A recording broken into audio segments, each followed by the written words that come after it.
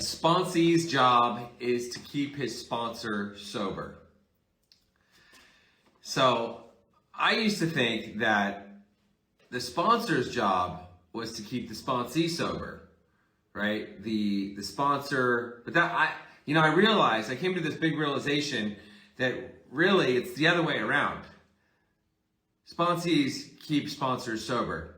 And I was actually talking with a friend, he's actually a sponsee, his name's Alex, and he was telling me about how he sent his kids to this private school up in Northern California, up in Mill Valley, and it was what they did was they had it was I think K through 8th grade, and what they did was they paired the 8th graders, each 8th grader up with a first grader. And the parents used to say, wow, that's so awesome that you guys do that for the first graders. And the administrators were like, we don't do it for the first graders. We do it for the 8th graders. Because when an 8th grader is mentoring a first grader, then he's on his best behavior. He's more accountable. It's a higher level of accountability. And so I realized that, and even recently, going back to Alex, so Alex relapsed in January. And I remember, as a sponsor, anybody who's been sober for a little bit of time, or even if you've been in and out for a little bit of time, the relapse, you can see the relapse before the relapse. It already starts to happen. He's supposed to call me he doesn't call me as often. He makes excuses as to why he's not going to meetings. He has other reasons, other commitments. He's not doing step work. He kind of goes off the path. So when he relapses, it's like, it's not surprising. It's never surprising when somebody relapses because the relapse before the relapse happens. It's the behavior. Okay, now going back to Alex. He goes to Canada. He's in Canada for 14 days. He doesn't call me at all while he's in Canada. He's in quarantine for 14 days. He doesn't go to one single Zoom meeting, one single 12-step meeting. He doesn't do anything. He's completely isolated, disconnected, and he does. And shocker, he relapses. Okay, I end up getting a call or a text from his girlfriend because he relapsed. But we were talking about it last night, and he's back in the rooms. He's sober again, and he's doing great. He has a sponsee, and his sponsee is hardcore. Calls him every single day. He's doing step work. He's following through with what he's supposed to follow through with. And Alex is like, God, man, can this guy give me a break? Like, he calls me every single night. But here's the thing. Alex is staying sober because his sponsee is calling him every single day. So Alex has to be an example. He has to follow through. Alex is going to meetings because he has to meet with his sponsee and take his sponsee to meetings and so forth. And also, going back to the higher level of accountability, Alex even said, if I was sponsoring Nico when I was in Canada, there's no way I would have relapsed. Because here's the deal. Nico would have been calling him every single day. Nico would have been calling, and that would have kept him sober. That would have kept him connected. And so it takes, everybody knows that most people aren't going to make it. Most people relapse. More than 90% of people relapse within their first year.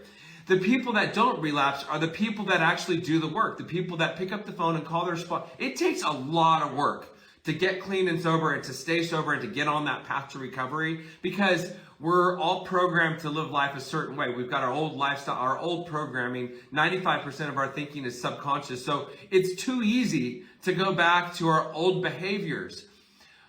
So getting on the path to recovery takes a lot of work. It takes a lot of hard work. But if you're following suggestions, calling your sponsor every single day, going to meetings on a daily basis at 90 and 90 is what's recommended. My first 2 years, I went to 1 or 2 meetings a day. But it's not just going to the meetings, it's also doing the work. It's following through with what you said you were going to do, making commitments, following through with your commitments, doing service work, getting outside of yourself. And when you're doing service work, you're accountable to somebody else besides yourself. When you're a member of a home group, you're accountable to the people that are at the home group. When you have a service commitment, whether it's making coffee, opening the room, cleaning up the chairs, or whatever it may be, you're accountable to other people. So if you want to get clean and sober, if you want to get on that path, be of service, pick up a sponsee. When you're a sponsee, just know, and I've also heard this from, I can't tell you how many sponsees, most of them actually, they're too busy to call me. Or actually, no, that's not what I hear. What I hear is, you're so busy, I don't want to bother you. My sponsees are not bothering me. They're helping me stay sober. Even if at the time I look at the phone, they're calling, I'm like, oh God, I don't want to pick it up.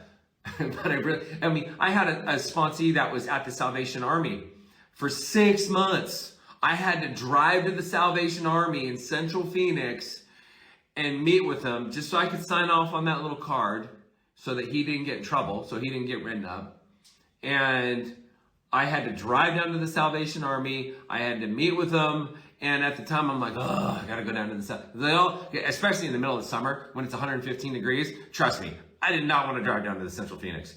What I wanted to do, I wanted to hang out in my cool air conditioning, relax, do an ice bath, watch a movie. I mean, whatever, do anything but drive down to Central Phoenix. But that kept me sober. That kept me sober. So I could talk about this. I could talk about this for a while, but I just wanted to share that because it's what we talked about today when I went to a meeting, and we talked about it last night. And really, it's just staying connected, being accountable to other people, and following through with your commitments, doing what you say you're going to do. All of the things are important, but a sponsee's job is to keep his sponsor sober. Give me the thumbs up if you agree, and that's it for this video. I'll see you in the next one. If you found this video to be of value, be sure to like it, subscribe to our channel if you want to see more videos, leave a comment if you have a question, if you've got something to say. Camelback Recovery provides treatment services for people struggling with mental health, mental illness, addiction, alcoholism. So if you or someone you know is struggling, be sure to reach out to us. You can go to our website, camelbackrecovery.com, or our information is in the comment section below.